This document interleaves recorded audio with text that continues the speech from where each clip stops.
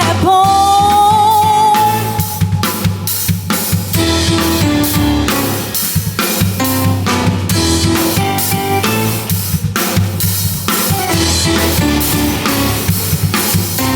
Senhor, tu és bom, tua misericórdia é pra sempre. Declare isso. Senhor, tu és bom, tua misericórdia é pra sempre. Todos os povos te exaltarão, de geração em geração te adorarei, Senhor. Aleluia, aleluia, te adorarei por tudo que és. Te adorarei, Senhor. Aleluia, aleluia, te adorarei por tudo que és. Deus é bom.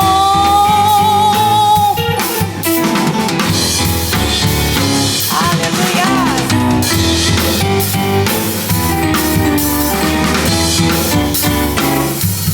Deus é bom o tempo todo, o tempo todo.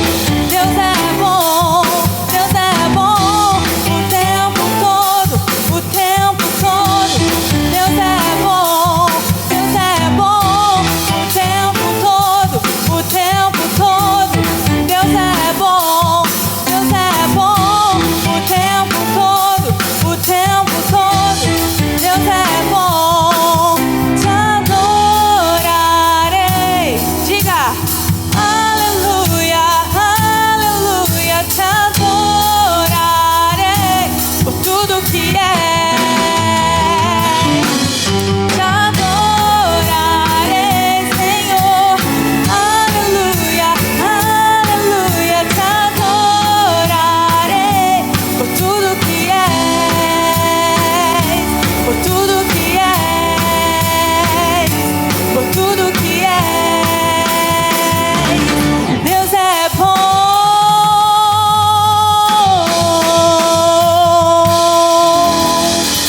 Aleluia. Glória a Deus. Só tu és digno, Jesus. Santo, santo, santo é o teu nome, Jesus. Oh, aleluias. Feche os seus olhos, comece a conectar com Jesus nessa noite. Se o sol se pôr e a noite chegar, tu és quem me guia. Se a tempestade me alcançar, tu és meu abrigo. Se o mar me submergir, a tua mão me traz à tona pra respirar e me faz andar sobre as águas. Diga que só Ele é. Tu és o Deus da minha salvação. És o meu dono, minha paixão, minha canção e o meu louvor.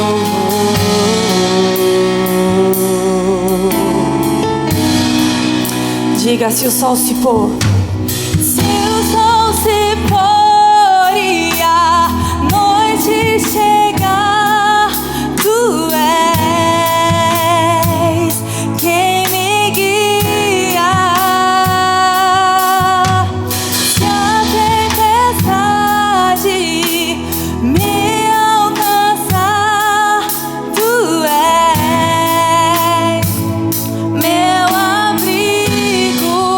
Diga!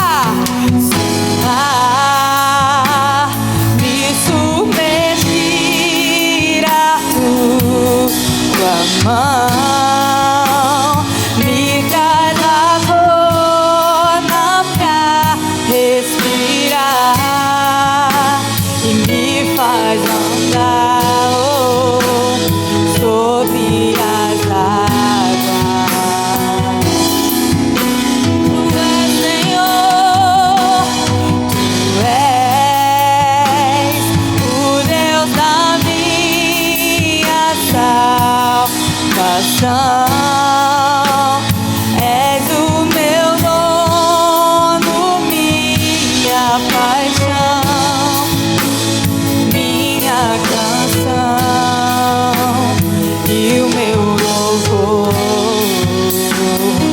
Diga aleluia.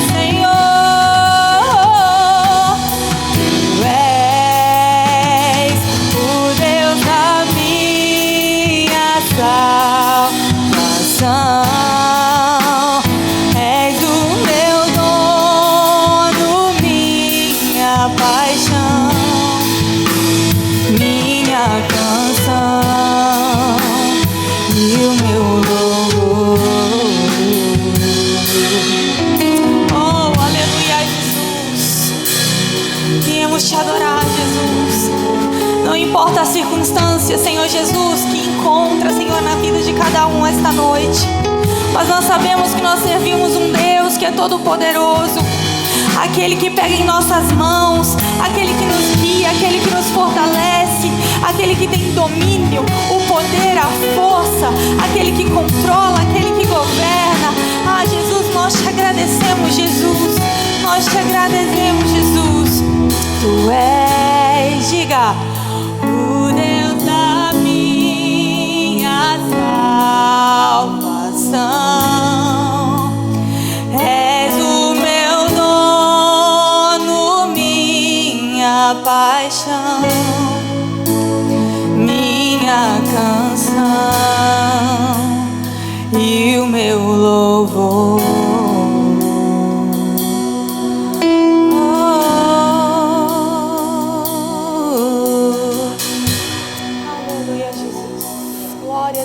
Tu és digno, Jesus.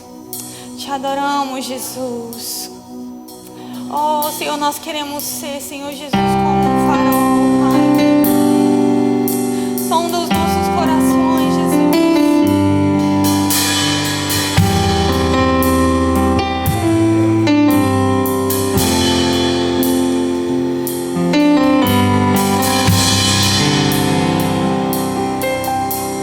Sonda-me, Senhor, e me conheces. Quebranta o meu coração. Transforma-me conforme a tua palavra. Enche-me até que em mim se ache só a ti, então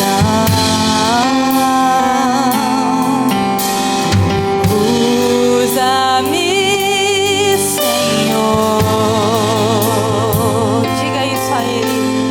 Usa-me como um farol que brilha à noite, como ponte sobre as águas, como abrigo no deserto, como flecha que acerte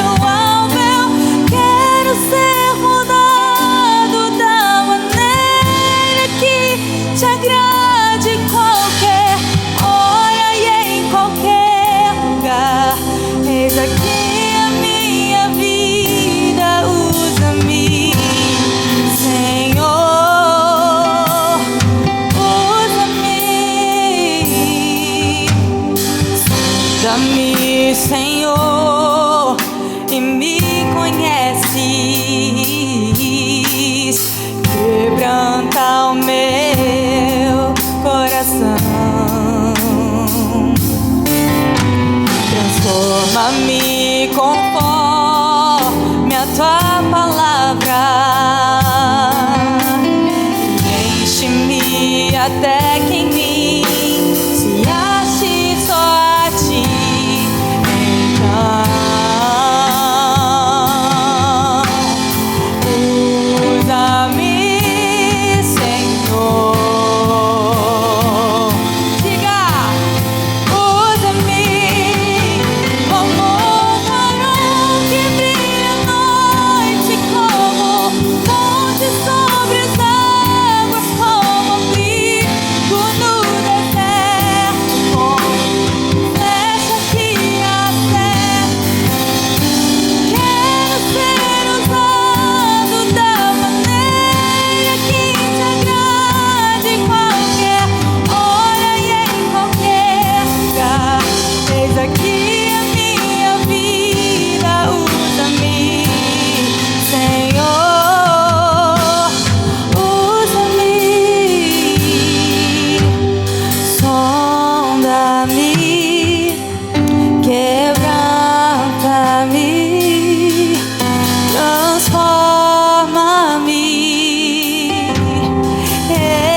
enche-me e usa-me, sonda-me, sonda-me, quebranta-me, transforma-me, enche-me e usa-me, Senhor, como um farol que brilha à noite, como fonte sobre as águas, como abrigo no deserto, como flecha que acerte o alvo. Eu quero ser usado da maneira que te agrade, em qualquer hora e em qualquer lugar.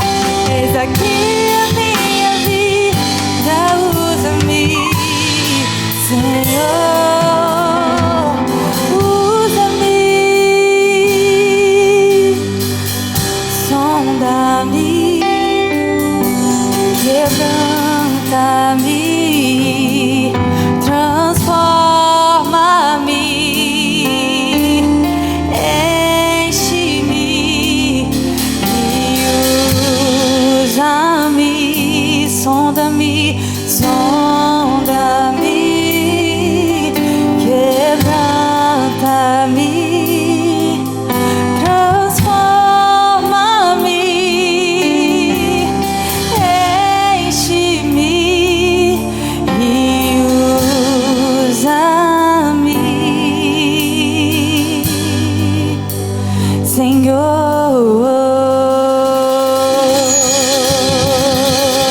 Aplauda ao Senhor, aleluia. Pouco pregado, porque esse texto aqui é conhecido como espanta-crente.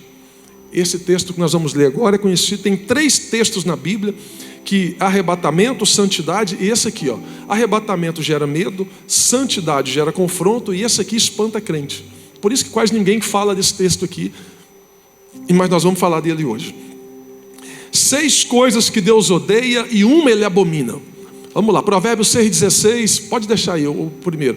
Estas 6 coisas o Senhor odeia e a 7ª a sua alma abomina. Primeira, pode passando.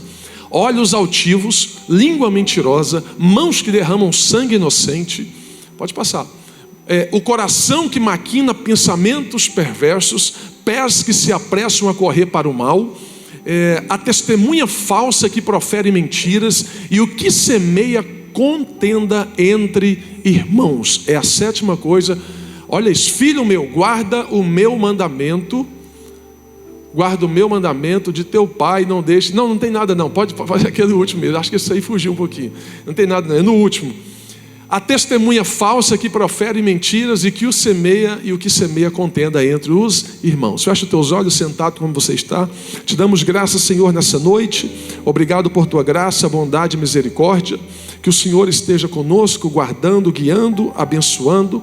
Abra o nosso entendimento, nos dê clareza e que o Senhor seja glorificado em nós e através de nós, e que essa palavra venha conflitar, ó Pai, a nossa realidade diante daquilo que o Senhor tem para nós. É o que pedimos em nome de Jesus. Amém. Glória a Deus. Primeira coisa que Deus odeia. Primeira coisa que Deus odeia está aí no texto: olhos altivos. Está na Bíblia. Hoje nós vamos ficar só na Bíblia para você entender o que é que Deus quer falar com nós ou nos alertar sobre isso. Primeira coisa que Deus odeia: olhos altivos. O que é olhos altivos? Orgulho. Se tem uma coisa que Deus odeia, o texto está dizendo, isso Deus odeia. Deus rejeita quem quer ser maior do que os outros. A minha mãe já dizia lá no Goiás, ela dizia assim, ó, quando a pessoa ela é tupetuda demais, ou tupetudo demais, esse formato, ele é aplicado quando alguém pensa que ele é maior do que o outro. Então a Bíblia chama isso de quê? De orgulho. O orgulho espiritual, ele é pior do que o pecado visível. O orgulho espiritual, ele é pior do que o pecado materializado. Então, se a vacina que o texto está dizendo para nós, que Deus está dando para nós, que Deus está falando com nós aqui, é sobre a questão de você vigiar contra os olhos altivos. É olhar para o irmão, mas com olhar de esnobe, é achar que talvez ou a pessoa olha para você, ou você olha para ele, um com o outro com você, para você tomar cuidado, porque isso aqui é um pecado que as pessoas cometem e não percebem.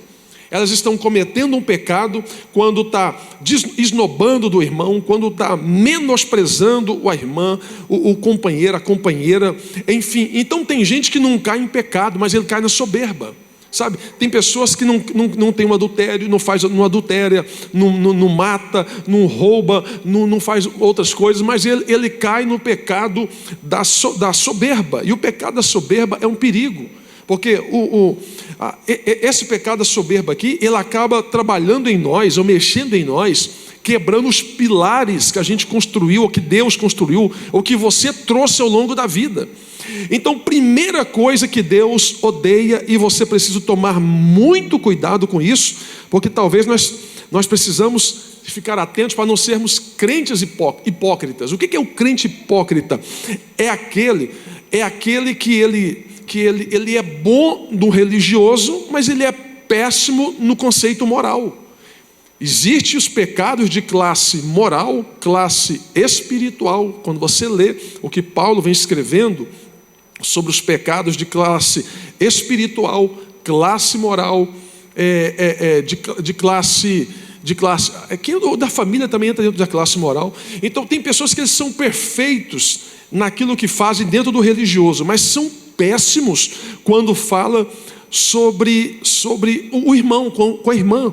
Então, primeiro pecado, a primeira coisa que Deus odeia, Deus rejeita, está na Bíblia, Deus rejeita olhos altivos. Segunda coisa, se você quiser, segunda coisa, eu vou falando aqui, você pode só me acompanhar.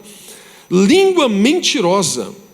O que é a língua mentirosa? Porque a mentira não é só falar falso. A mentira é viver uma versão que não é nossa, né? A mentira é você viver uma versão que não é sua. A mentira é você praticar algo que na verdade está contrariando a verdade bíblica, a verdade de vida. Então por isso que eu e você tem que tomar cuidado para que a nossa língua não seja uma língua mentirosa. Quem é o pai da mentira? O diabo. Então se alguém está mentindo, lógico que se o pai da mentira é o diabo, e se alguém está mentindo, ele é filho do diabo. É a Bíblia que está dizendo isso. Eu falei algo de manhã, mas que com amparo bíblico, que tem muitas coisas que estão travadas no mundo espiritual, na vida de muitas pessoas, e não é porque a pessoa é ruim, é por conta disso aqui, ó. Falou o que não deveria, fez o que não podia. Tem muita coisa travada no mundo espiritual que a pessoa não está tendo acesso àquilo, enquanto ela não se arrepender, de falar, Senhor, eu me arrependo pelas mentiras que eu fiz, eu me arrependo pelos olhos altivos que eu tinha, a forma que eu olhava para as pessoas, eu me arrependo. Se ela não se arrepender, vai continuar na vida religiosa, mas vai continuar pior do que isso, com as coisas travadas no mundo espiritual. Por isso, gente, que o mundo espiritual tem que ser algo cirúrgico, algo melindroso. Tem muita coisa na terra que está travada na vida de muitas pessoas por conta da língua mentirosa. Então, segunda coisa que Deus odeia é a língua mentirosa. Terceira coisa que Deus odeia: mãos que derramam o sangue inocente.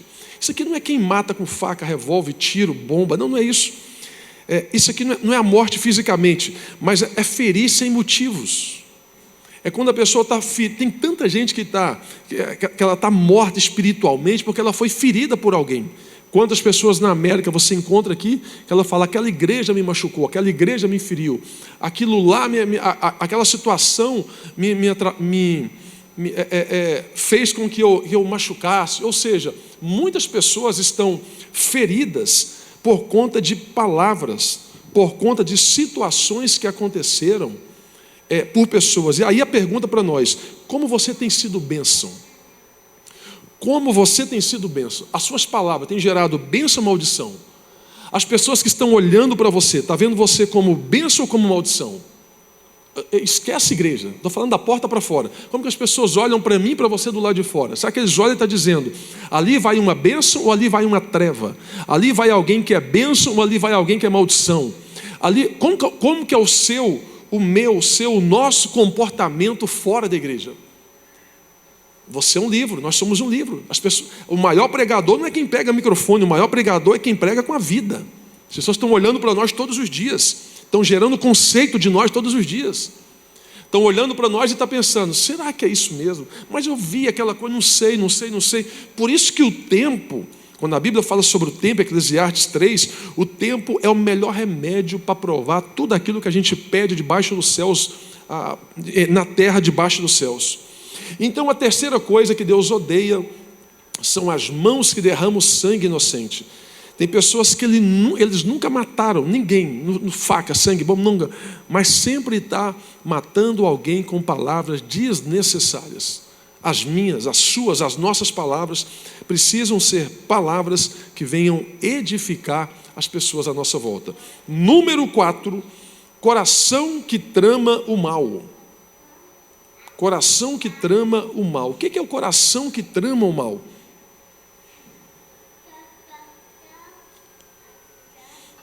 É a pessoa do coração ruim. Quando alguém fala assim: essa pessoa tem um coração ruim. Não é que o coração dela é ruim. Como que vai saber se o coração é bom ou ruim? Pelas ações e atitudes. O termômetro de um coração ruim não é ele bater mais forte ou bater mais fraco. É como ele ou ela se posiciona do lado de fora. Se você vê com uma pessoa que senta, que está conversando com o outro, mas está sempre planejando um mal, fala: eu vou por aqui porque eu vou arrebentar com ele lá na frente, eu preciso, deixa ele comigo lá na frente, eu quebro com ele. Não sabe essa pessoa, mas ela já está cometendo um pecado bíblico e um pecado que Deus, o próprio Deus, odeia. Aquele que trama o mal através do coração. Quantas pessoas foram enganadas aqui? Eu falei hoje de manhã, essa empresa de imigração lá de Orlando não caiu à toa. Ali tinha oferta de gente que vinha no altar, ali tinha dízimo de gente que vinha para o altar, e eles enganaram gente inocente. A questão não é como Deus vai fazer, é quando. É só saber quando, mas que Deus vai fazer, vai. A corda Deus puxa. Por isso que Deus vai dando corda, Deus vai dando corda, Deus vai dando corda. Chega uma hora que trava tudo, fecha tudo, acontece uma coisa aqui, acontece outra coisa ali. Aí o que é isso? O que aconteceu, pastor? O próprio Deus puxou a corda. E vai vir mais, porque quantas pessoas foram enganadas aqui nos Estados Unidos? Quantas pessoas deu dinheiro na mão de gente e levou o dinheiro e enganou? Gente, isso aí na balança de Deus, para quem é justo no altar, fica tranquilo. Fica tranquilo. Fica tranquilo. Eu perdi alguns valores aqui também, na mão de advogado. Falei: meu irmão, está na mão de Deus, meu dinheiro é ofertado, meu dinheiro é dizimado. Se esse cara não morrer, alguma coisa não acontecer, ele vai ter que retratar, alguma coisa vai acontecer. Eu contei aqui o testemunho do meu apartamento lá em Goiânia. O meu apartamento, quando eu comprei ele, foi dinheiro de voto. Eu fiz voto no altar para comprar o meu apartamento, que eu não tinha entrada para pagar, e Deus fez uma situação que a gente conseguiu uma entrada e pagou o apartamento. O dia que o cara entrou no meu apartamento e não quis sair, ainda me processou porque eu tirei ele do apartamento, que o apartamento é meu. Eu falei: mas eu não estou entendendo, ele está me processando para tirar do meu apartamento e querendo danos morais, mais de 20 mil reais por danos morais, porque eu tirei ele do apartamento, que a lei permite no Brasil ficar no apartamento.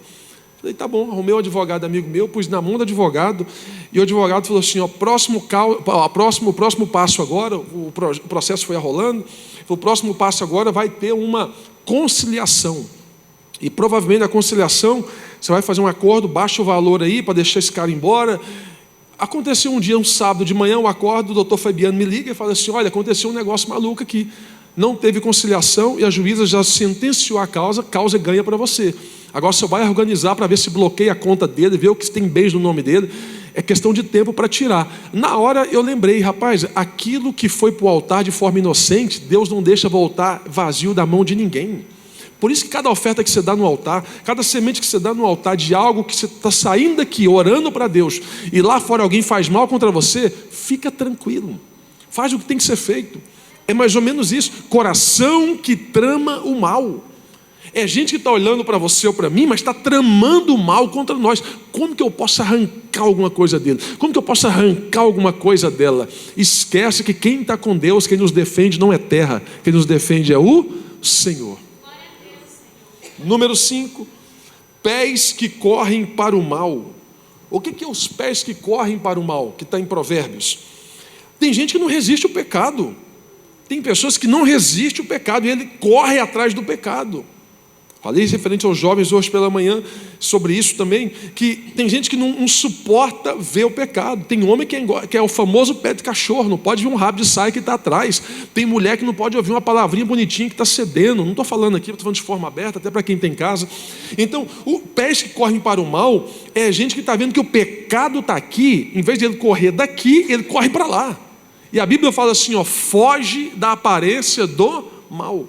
A Bíblia não manda você ficar brincando com o pecado, brincando com o diabo. A Bíblia fala, resistir o diabo e ele fugirá de vós. Como que você resiste o diabo? Aí entra o que nós falamos no início, jejum e oração, vida com Deus, leitura.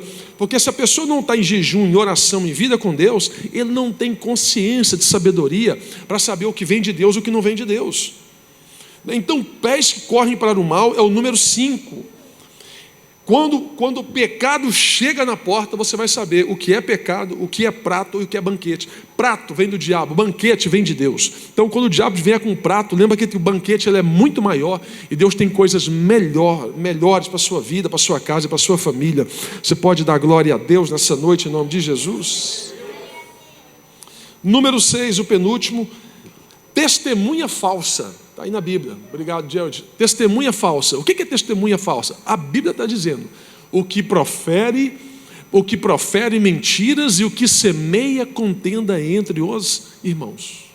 Isso aqui não é só para a igreja, isso aqui é para a vida. Então Deus odeia. Número 6, Deus odeia testemunha falsa. E o testemunha falsa, ele vem acompanhado de 3 demônios que ficam rodando a nossa casa. 3 satanás ficam rodando a casa da pessoa. Fica batendo na nossa porta todo dia. E os 3 demônios têm nome. O primeiro demônio chama me disseram. O segundo demônio chama fiquei sabendo. E o terceiro demônio chama ouvi dizer. Me falaram, fiquei sabendo, ouvi dizer. Isso é capeta, isso é satanás purinho. A conversa nasce sem pé e sem cabeça. Ninguém sabe de onde veio, para onde vai. Ninguém sabe quem foi que falou. Nasce uma conversa, alguém dá vida para essa conversa, alguém dá mais vida para essa conversa.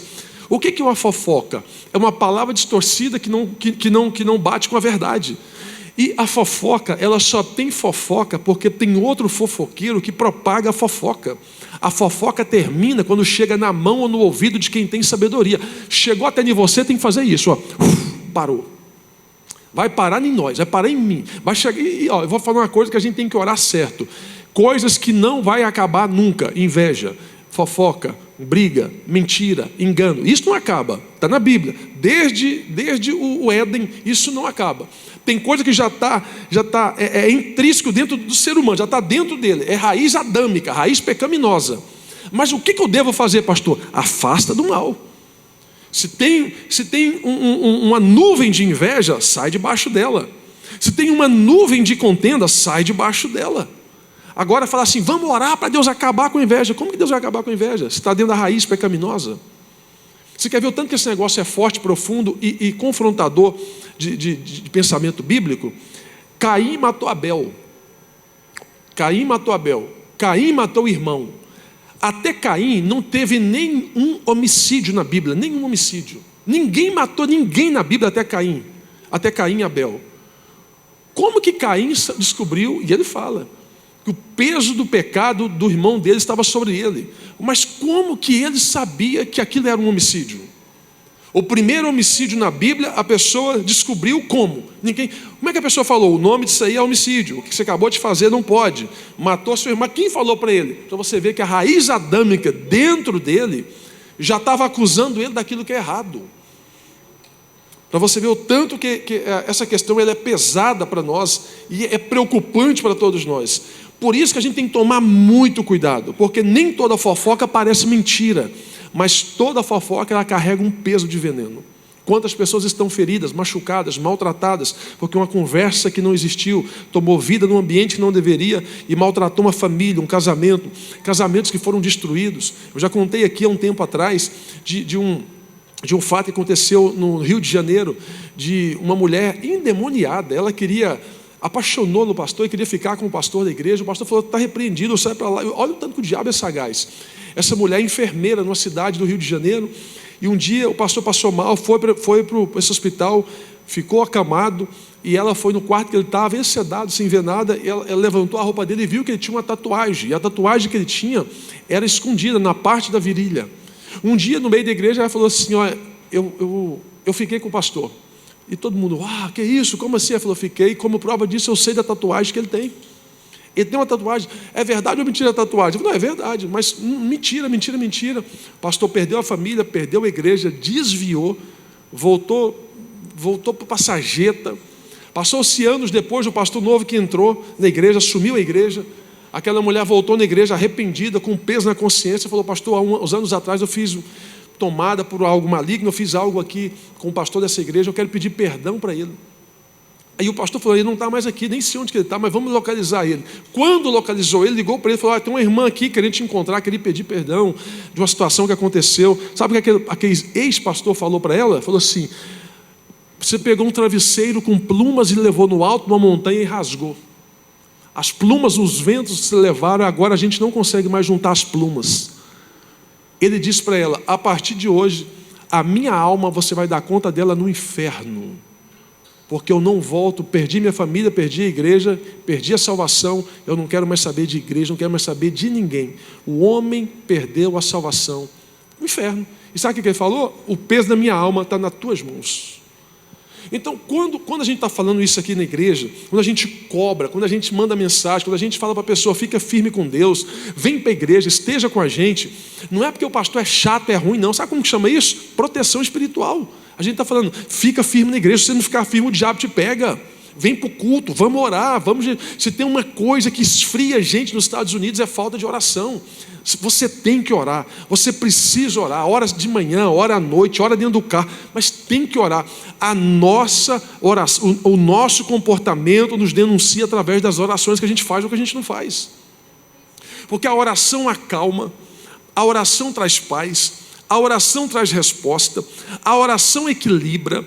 A oração, eu tenho até alguns livros de oração ali, que eu vou dar para algumas pessoas da liderança, que eu vou começar a falar sobre a oração aqui, o poder da oração. Então, quando você percebe que a pessoa não ora, é fácil, mas é facinho de saber. O comportamento dela denuncia, a língua dela denuncia, a casa dela denuncia, os filhos dela denunciam. Eu estou falando filho, não de que filho ruim, filho bom, mas através daquilo que ela faz, daquilo que a pessoa faz, daquilo que ela exerce. Meu irmão, eu lembro lá em Goiânia de uma mulher, eu esqueci o nome dela, mas a mãe do Zezé de Camargo e Luciano, uma dupla sertaneja, acho que vocês devem conhecer, já ouviu falar, Zezé de Camargo e Luciano. Essa mulher orou pelos filhos anos e anos, nunca desistiu. O dia que o Luciano entrou em uma das nossas igrejas, lá em Goiânia, e levantou a mão e aceitou Jesus, lá no Jardim América, naquele dia, aquela mulher falou, eu sabia que a oração um dia ia descer. Deus respondeu a minha oração. Não tem oração que sobe e que ela desce vazia. Toda oração ela desce com resposta de Deus para a minha vida e para a sua vida. Então, número 6, testemunha falsa. Então, antes de qualquer coisa, você precisa parar, ou se você não faz isso, não faça mesmo, de ficar validando entre pessoas o que você não sabe, ou o que você não ouviu, ou o que você não viu. A gente precisa ser agente de paz, agente de cura, e não ser agente de maldição, agente contaminado. O fulano fez isso, rapaz, é mesmo. Será que fez mesmo? Tem gente do nosso lado que é tão bom, gente, é gente boa, mas ele só foi ferido por alguma situação na vida. E tem pessoas por outro lado que está sangrando. Ele anda sangrando, ela anda sangrando. Por onde ela vai, exalando veneno, sangrando. Ninguém presta, todo mundo é ruim, não gosto, não sei o que. Vou mudar de casa, vou mudar de marido, vou mudar de mulher, vou mudar de igreja, vou mudar de trabalho. Muda de tudo e o problema continua do mesmo jeito. Sabe por quê? Porque o problema não está do lado de fora, o problema está do lado de dentro. Por isso que a gente tem que tomar cuidado e olhar para dentro de nós, para saber se não é em nós que está acontecendo algo disso que Deus odeia, para confrontar a nossa verdade. E o número 7, que é o último, esse aqui Deus não odeia. O odiar é mais ou menos assim: tem aqui a taça de água, eu olho para a taça de água e falo, não gosto de água, não quero água. Não gosto de água, não quero água. Está perto de mim, mas eu não quero ter acesso à água. O número 7, ele é terrível, porque a Bíblia fala que o último Deus abomina. O que é abominar? É excluir. Abominar é tirar do ambiente. Abominação é aquilo que fere a divindade de Deus, é que fere os céus. Abominação é aquilo que vem contra a criação do eterno sobre a minha vida, a sua vida. Então aqui o número 7 não é sobre rejeição, é sobre tirar. Olha, isso aqui é tão forte. E o que é que Deus tira? Por que Deus não odeia, mas Deus abomina o número 7? Sabe o que é o número 7? O que semeia contenda entre os irmãos. O bom, isso aqui não é palavra de efeito, isso aqui está na Bíblia. Você pode olhar na Bíblia, 6,19 de Provérbios. O 7 é Deus abomina quem semeia contenda entre irmãos. Por isso que o apóstolo Paulo fala na primeira carta aos Coríntios que há muitos entre nós fracos e doentes. Por isso que o apóstolo Paulo fala na primeira carta aos Coríntios que há muitos entre nós. Ele fala sobre a consciência, que a pessoa tem que definir, decidir e fazer o que ela tem que ser feita. A cabeça é a consciência.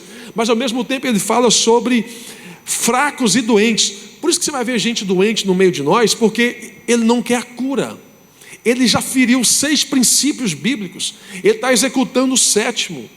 Ele não consegue ter paz, ele não consegue viver em harmonia, não consegue viver em forma relacional, no grupo, não consegue. Gente, isso aqui a pessoa tem que olhar para dentro dela, tem que olhar para dentro de si, sabe?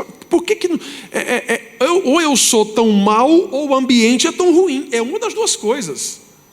Ou o ambiente é mais ou menos, ou eu não sou tão ruim. Então vamos equilibrar as coisas. Senão, a gente fica numa geração de band-aid. A geração de band-aid é a geração que não quer cura, mas só coloca paliativo. A geração do band-aid, eu coloco uma proteção na casca, mas se tocar, meu amigo, vai machucar. A geração do band-aid é a geração que está no meio de todos, mas não quer transformação. E o que Deus fala para nós referente a isso? Deus odeia quem divide aquilo que Ele construiu. Deus odeia quem divide aquilo que Ele está construindo. Quando a Bíblia fala que se estivermos na luz, como na luz Ele está, e tivermos comunhão um com os outros, o sangue de Jesus Cristo nos purifica de todo pecado. Aí vem de encontro isso aqui, ó, o que semeia contenda entre irmãos. Então quem está semeando contenda entre irmãos, ele está vivendo em pecado. É tão conflitante e tão resposta rápida que não precisa de desenho bíblico para a gente entender isso aqui. Por isso que a gente tem que tomar cuidado. Toda vez que você for dar palpite, for dar conselho, toda vez que você entrar numa roda para falar de alguém, para ouvir alguma coisa, tem certeza, é aquilo, não é? Vem de Deus? Não vem. Ora antes. Tem coisa que a gente tem que orar antes. Alguém quer resposta, fala, eu vou orar hoje, amanhã a gente conversa. Não, amanhã a gente vê isso aí, fica tranquilo. Nem precisa falar para ele. Essa noite você ora, você fala com Deus. Você vai falar, Senhor, é de certo eu fazer isso? É sabido eu fazer isso? Porque senão, uma pessoa contaminada pega uma pessoa neutra. Uma pessoa contaminada pega uma pessoa neutra, se torna 2 doentes. Daqui a pouco são 3 doentes. Contamina seu casamento, contamina sua família. A pessoa entra na sua casa, começa a ver coisa que não deve, começa a querer saber quanto está ganhando seu marido, quanto está ganhando sua esposa, o que vocês estão fazendo para sobreviver, mas como é que está vindo isso, negócio de igreja, negócio não sei o quê, não vou ajudar mais, não vou envolver mais. O diabo não entra com tridente e capa preta, ele vem com artimanhas. Aí quem tem discernimento, pega rápido. Por isso que a gente tem que ter posicionamento em Deus. Tem que ser resolvido. E quando a gente fala na igreja que tem que abrir a mente, expandir a mente, não é sobre explosão de craniana, gente. É sobre visão. É sobre saber, isso eu posso ser ou não posso ser? Isso eu posso me posicionar ou não posso me posicionar? Senão a gente vai estar pecando dentro da igreja, fazendo 6 coisas que Deus odeia, fazendo uma abominação diante de Deus, que é a número 7, tentando criar situação. E na verdade a gente está querendo tomar o lugar de Deus, quando na verdade é Deus que vai tratar com essas pessoas. E o que é que você precisa fazer? Volte a crer no que Deus falou com você um dia. Volte a crer que se Deus falou com você que você vai crescer nessa terra, cresça nessa terra. Volte a crer que se Deus falou com você um dia que Ele vai te usar nessa terra, volte a ser usado nessa terra. Essa noite, essa palavra para as nossas vidas, para quem está em casa, para quem está aqui, é que o Espírito Santo venha falar ao teu coração e que você saia daqui nessa noite conflitante. Com quem? Não comigo, mas com a palavra. E quando você chegar na sua casa, você pergunta para o Espírito Santo: Deus, se é verdade o que o pastor pregou, traz a revelação no meu coração sobre a clareza que eu preciso. Porque às vezes durante a semana você pode ser pego de surpresa por alguma situação que vai acontecer. Isso aqui vai acontecer, gente, não tem como fugir não. Uma hora você vai estar num grupo errado, numa mesa errada, num ambiente errado, numa situação errada. A questão não é estar no grupo errado, no ambiente errado. A questão é como nós vamos nos posicionar naquele ambiente. É como você vai se posicionar. Eu quero orar com você, e a oração é que o Espírito Santo de Deus ele fale ao teu coração. Eu deixo para nós aqui, Deus não impressiona com a sua, minha, nossa performance, com a forma que a gente vem para o altar. Sabe quando a coisa pega na nossa vida mesmo? É quando a gente apaga essas luzes, quando a gente sai daquela porta para fora, é quando a gente está longe de tudo e de todos, é que o nosso Deus está de olho em nós. Deus está olhando e está dizendo: será que é Ele mesmo, é ela mesmo de verdade? Então Deus quer saber quem é você de verdade, é só isso.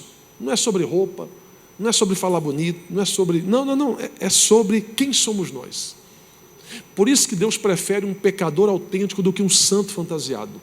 Por isso que Deus prefere quem assume quem é de verdade. Quanto mais verdadeiro você for com Deus, mais os céus vão abrir na sua vida. Sabe? Pode fazer a oração sem medo, gente. Bom, se tem um cara que é mais pecador que todo mundo aqui, primeiro sou eu. Não é você não, é aqui, ó, é eu. Não sou eu assumo. Se tem um cara que todo dia de manhã sai e fala assim: Jesus, me ajuda a errar menos. Jesus, me ajuda. Porque senão eu crio cabeça de juízo. Não, eu estou melhor do que o Marcos, eu estou melhor do que o Dani. Não, o Dani está pior do que eu. Não, o Anderson está... O problema de criar sentença de juízo é achar que ele é menos, ele tem menos graça de Deus do que eu. Então, quando eu olho para o meu irmão com olhar de misericórdia, eu estou falando: eu sou tão carente da tua misericórdia quanto a vida desse irmão que está do meu lado, Jesus. Eu sou tão carente da tua ajuda quanto a vida dessa pessoa que está do outro lado. Por isso que a gente tem que orar. Orar para quê? A Bíblia fala que aquele que está em pé, não é o que está caído. A Bíblia não fala que o cair é do homo levantar de... Isso é jargão humano, não tem isso na Bíblia não. A Bíblia fala assim: aquele que está em pé, cuide-se para que não caia. Por quê? Porque todos estão sujeitos à queda. A tentação vem para todos, a tentação é para todos, mas a queda é opcional. Então, se eu não vigiar, eu caio. Se você não vigiar, você cai. Cuidado quando você estiver perto de alguém, que alguém bate no peito e fala: eu sou forte, eu não caio. Comigo. Cuidado, muito cuidado. Não existe Superman gospel no reino de Deus. Deus, com palavra de Deus, com vida cristã, a gente precisa estar sempre em vigilância, para que a gente não venha cair em tentação e que nenhum peso sobrevenha sobre a nossa vida, em nome de Jesus. Você pode dizer amém?